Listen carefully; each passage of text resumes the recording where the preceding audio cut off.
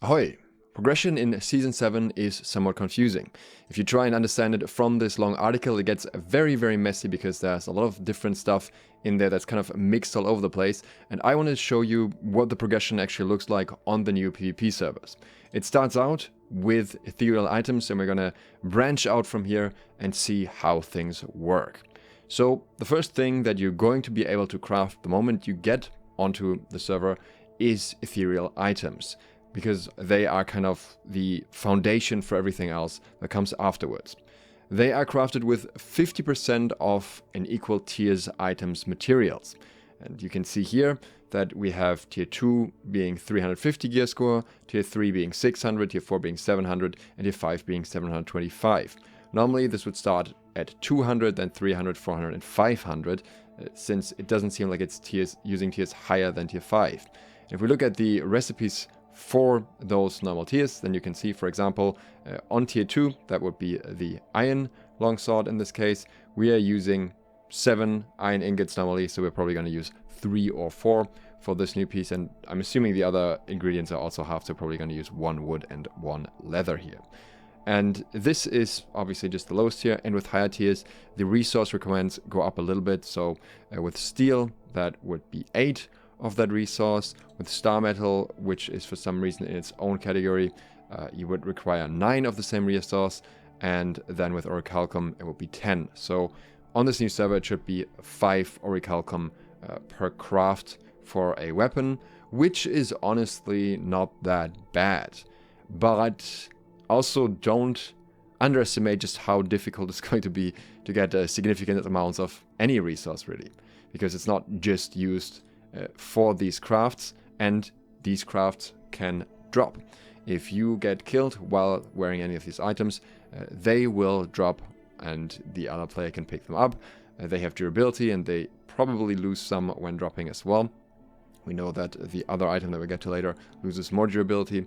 So this is already in itself making the requirements in terms of materials relatively high. You're not just crafting things once, you're constantly crafting things, though that may also be beneficial if the crafting XP provided is good.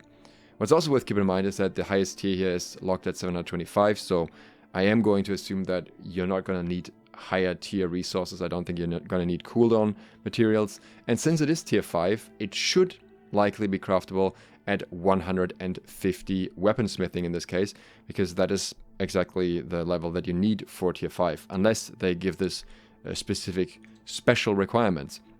Getting trade skills to 150, typically not that difficult, especially if you have more crafting recipes available than you usually do, and there is a boost to crafting XP. So it should actually be fairly easy to access these 725 items if things are working as it sounds. And otherwise, Star Metal Tier 4 700 Gearscore items should definitely be very easy to get. And that is something that I think most players will be looking for most of the time, somewhere between Tier 3 and Tier 4, depending on how far they are on level, how easy it is for them to get other pieces. But getting these relatively good stat pieces that are relatively easy to craft with 700 Gearscore could be a safe way to get good extra stats, because these have 3% base absorption all the time and probably also some other special effects, while not risking too much if you lose one of them. If you lose the 725 pieces, it's obviously going to be more frustrating, and you're gonna get killed out in the wild sooner or later, because obviously people will be all over the place and fighting very consistently.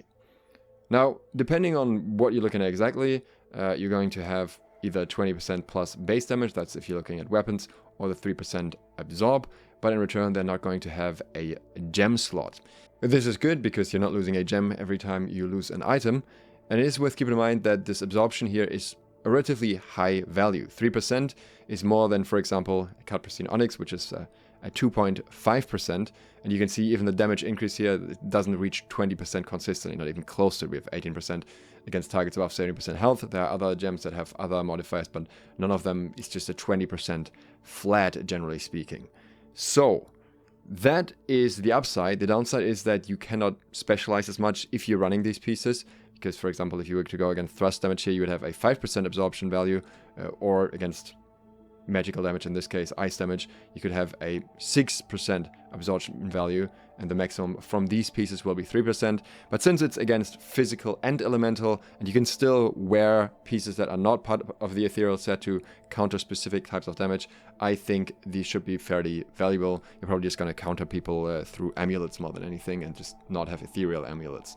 So overall, a very interesting shift in dynamics. What the other stats offer is the big question here in terms of what the overall effectiveness of these items will be. If it's just these stats that are changed, then they're probably not going to be that interesting, but we already know that some of them will have special effects, so I'm assuming that's going to be the case for most of them. But you need them for more than just using them as gear, because you also need them to salvage them into Ethereal Dust. The condition here is basically, depending on the value of the item, you get more dust. This applies for anything that you can salvage into Ethereal Dust, which also includes raw resources. These can be crafted at a crafting bench into or refined into Ethereal Dust as well.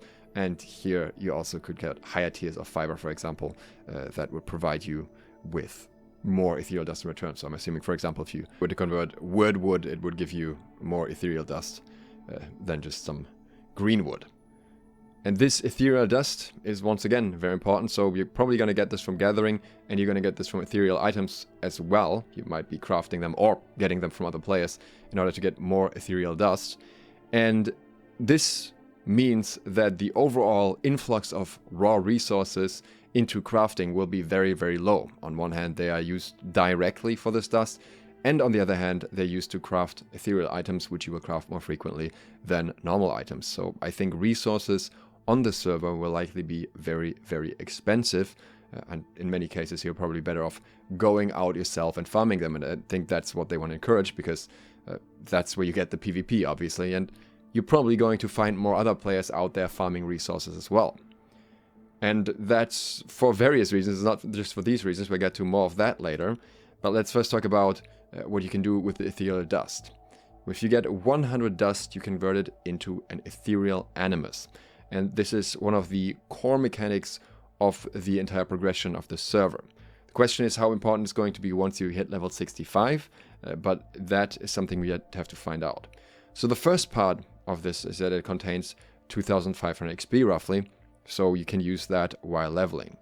If we look at the leveling chart here, 2500 is not an insane amount, it's pretty solid, but it depends on how long it takes to get dust. We can see on the first levels it would be an instant skip, but if we go a little bit further in the levels, we're getting requirements here that are well above 2000, so you'd have to have a lot of those, craft a lot of those over time, and I think there will be more efficient methods to level than that. I might imagine that, for example, just doing the expeditions that give you half a level would even be better than this. So I don't think this will be primarily used for leveling. I'm thinking that from the way it's laid out, this is more of a nice bonus, so you feel like you're not wasting your time. However, you also get sandpaper, tannin, solvent, flux, and wireweave, potentially, not that important, but also ethereal mount food, so this will help you level your riding skill very quickly, so you don't need to do that in another way. And you can get other mount gear here, mount straps, and it says shoes, I'm assuming this is referring to horseshoes. And then we also have the chance here to get all tier 4 hard runes. Tier 4 hard runes are the highest tier of hard runes. It's the 700 Gearscore version, whereas normally, in many cases, you'll have the tier 3 hard rune. That's the old one, so to speak. The tier 4 upgrades are the ones that require a lot of gypsum orbs. So many people will not even have all hard runes at tier 4. They'll usually have the one that they are using the most, maybe at tier 4, and another one as a backup.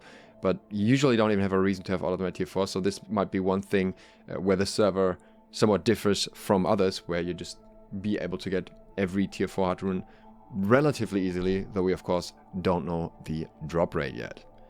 And then there's a third thing that can drop from the Animus, and that's the chance for crafting recipes for all Conquerors weapons. And that's really the main reason why I think people will be farming this Animus more than anything else in there. The other things are also nice, but you want to get the recipe for the Conqueror's weapon that you are going to use. It is, by the way, unclear if any of these or none of these will be bind on pickup. For example, the Ethereal items could be interesting if you can actually sell them on the trading post as well. And likewise, of course, if you can sell these recipes potentially, that could be pretty good gold early on. So yeah, a lot of interesting conditions that we don't know exactly about, but in this particular case we at least know about these weapons here, and these weapons are then what you can use or what you can craft. The Conquerors items have similar conditions to the Ethereal items, with a few minor tweaks. So Ethereal items have a level 15 minimum requirement, and it appears that that's possibly the case for all of the Gearscores. Has never been specified in the article, but it seems like you may be able to actually just equip a tier 5 on level 15. The Conquerors items have a slightly higher requirement of level 20 minimum. Really not much though. This is with a 20% base damage increase for weapons and 3% absorption again, also no gem slot. The durability in this case, however, decreases more if you drop it upon death. So if you pick up someone else's Conqueror's weapon, it's not going to last as long as an Ethereal item if you were to pick that up. And also, you will get some Conqueror's recipes right away. That's the Conqueror's Swarm Heavy Armor. These are the ones you can have initially. It is unclear how you can get the lighter armor sets, if there are any. So far we only have this mentioned here for the weapons. In order to craft the Conqueror's items, we have to go back over here. We need to get specific Ethereal items, we don't know what exactly they will be, to farm Wrathstones. And Wrathstones are an item that can drop upon death, and it can be farmed from 3 different things. Elite Point of Interests, Darkness Breaches or Corruption Breaches, and from gathering resources. Gathering resources is interesting because depending on how exactly that works and how effective it is, this is also something that would allow you to get more Ethereal Dust, that would allow you to craft more Ethereal items. If you can sell them, that could be fairly profitable while you're farming Wrathstones at the same time. And then, of course, those are used to craft the Conqueror's items. And that gives us an overview of how this entire system works. I thought it was very confusing and very all over the place, but I think this makes it a lot more understandable what's going on. So initially you're focusing on the Ethereal items and you're focusing on some raw resources so you can get your Ethereal Dust. Maybe you will use an Ethereal item relatively early on to also start farming Wrathstones already. I'm not sure how feasible that is on lower levels, but either way, that's all happening while you're PvP flagged, while you're probably also fighting other players at the same time. So who knows how many Ethereal items you actually have to craft. And then once you're going with that and you got some dust going on, you can start going into the Ethereal Animus crafting in order to hopefully get your Conqueror's items and to get all these other upgrades here that would be very useful. It's going to be interesting as well if leveling quickly is going to be worth it because, as it says here, higher value resources and items give you more dust, and obviously those are easier to get once you're at a higher level, but at the same time, maybe it's more beneficial to level your crafting early on so that you can craft higher tier Ethereal items, because that can give you more dust, or I don't know. Whatever approach may be most effective here is not really clear yet, but we will find out once this whole patch drops in a couple of days. But for now, we have an overview of what directions this is being taken in, and I hope this overview helps you understand this whole system a little bit better. If you're interested in more videos about Season 7, about the PvP servers, consider subscribing and clicking the bell. And I might also stream on Twitch, possibly when this whole Season 7 thing starts. Could be an interesting thing to do, twitch.tv/DukeSloth. Thanks to my patrons for supporting this video, and thank you for watching. DukeSloth, out.